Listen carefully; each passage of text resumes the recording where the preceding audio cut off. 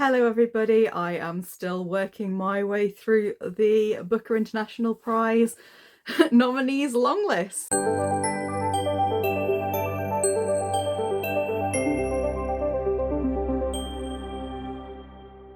Today I'm going to be reviewing On a Woman's Madness by Astrid Roemer, translated by Lucy Scott. This is a book set in Suriname, and our main character, Noenka, is a young lady who starts off married to an absolutely awful bloke.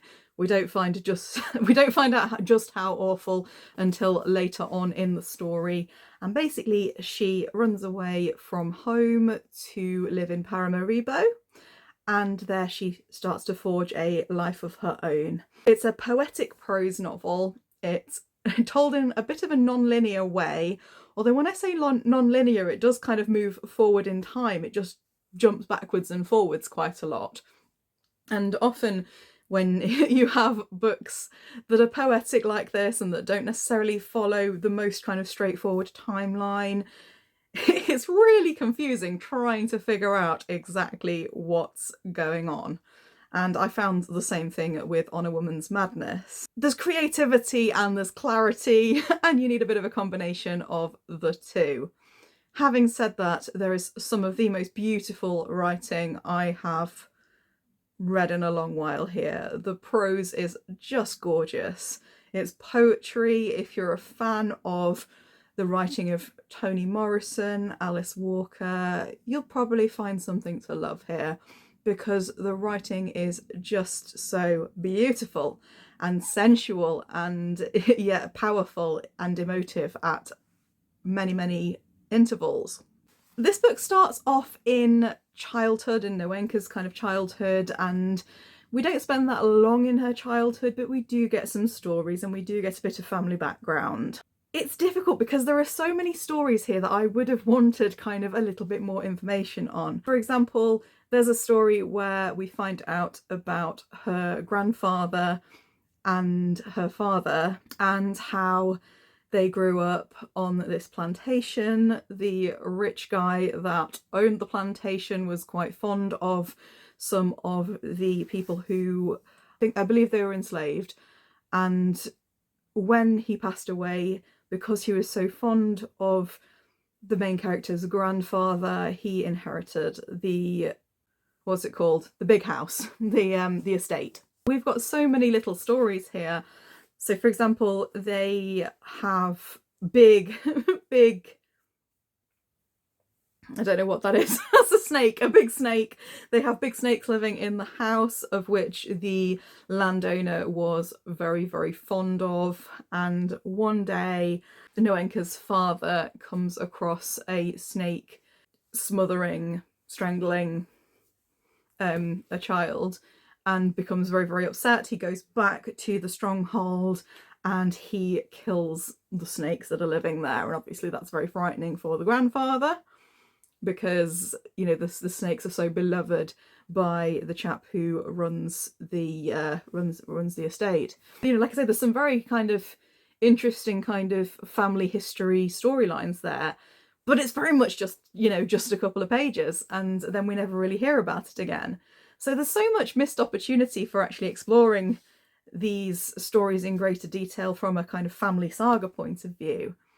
In the same way, all of the kind of reveals are told in a vignette style, which is very concise and it packs a big emotional punch, but part of me just wishes that it had been drawn out and that we'd kind of got a little bit more to kind of hang our kind of experiences on, because often I would forget about these stories because they'd come and go so quickly.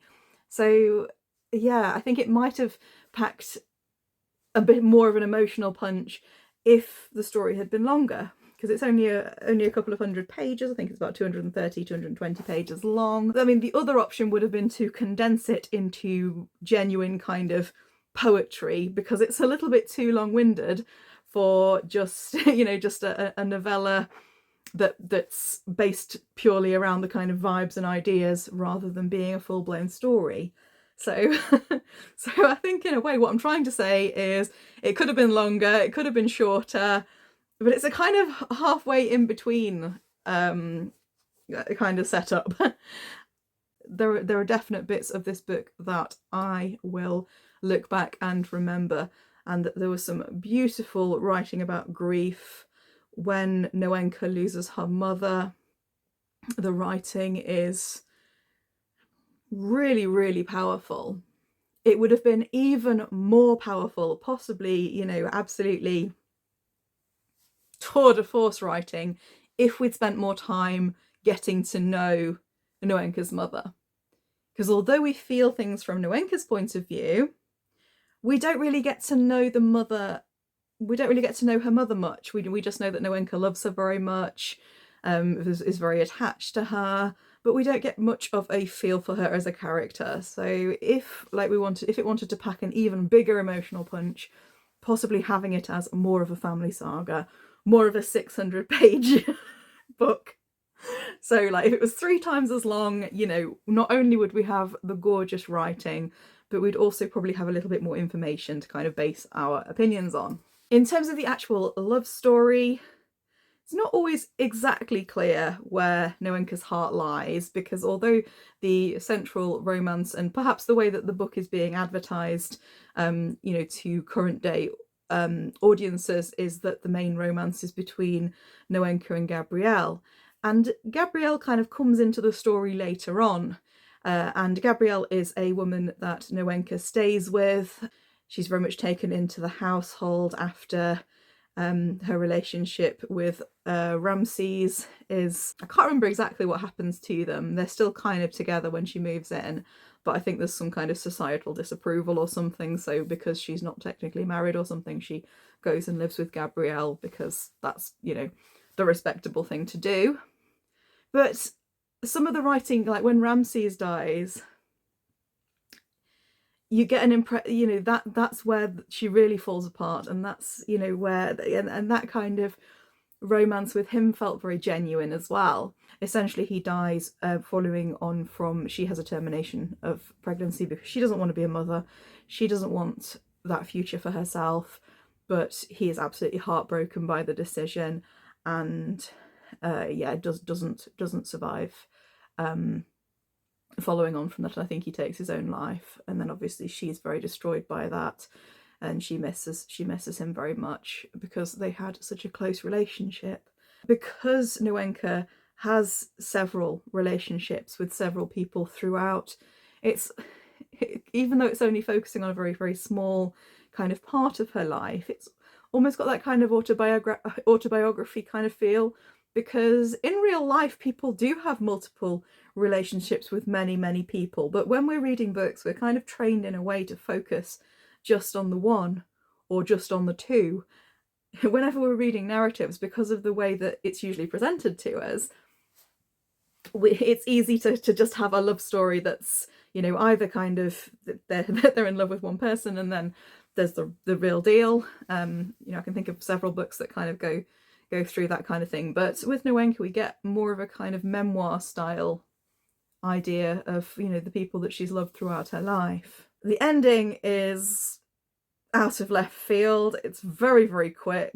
1 minute, you know, 1 minute it's a normal story. The next thing you know, someone's you know, plotting a murder. Was it a murder? The husband does not make it to the end of the book.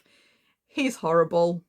He's, you know, a sexually violent man, and yeah, isn't rude at all. Rude, R-U-E-D, not R-U-D-E. Obviously, that kind of, you know, flipped within a page. So yeah, all in all, this book is extremely confusing. It's very difficult to follow, but the writing is gorgeous. So I gave it 3 stars. I think perhaps I'm being a little bit mean, because from a literary point of view, there's a lot of value to it. And obviously this is the first book set in Suriname that I've read, so that was very interesting. Yeah, I'm very, very glad that I read it. I would read another book by Astrid Roemer. But obviously it was also extremely confusing, and there were times when, because obviously it was that kind of halfway between being a grand, you know, full length novel work and a short poetic work. You know, it didn't really kind of fall into either category. I think this was a really good book, and I can see why it didn't make the short list, just because obviously, you know, it was a little bit muddled in terms of the progression of the plot, but it is well worth reading, especially if you are quite new to South American, kind of Central American fiction. So yeah, On a Woman's Madness, three out of 5, but maybe 3.5 out of 5. I enjoyed it, and there was lots to love. I am still planning to work my way through quite a lot of the list. I'm not going to get through all of them, and I'm going to be focusing on the shortlist soon, with the Women's Prize as well. I will catch you all soon for another review. Small Boat coming up next.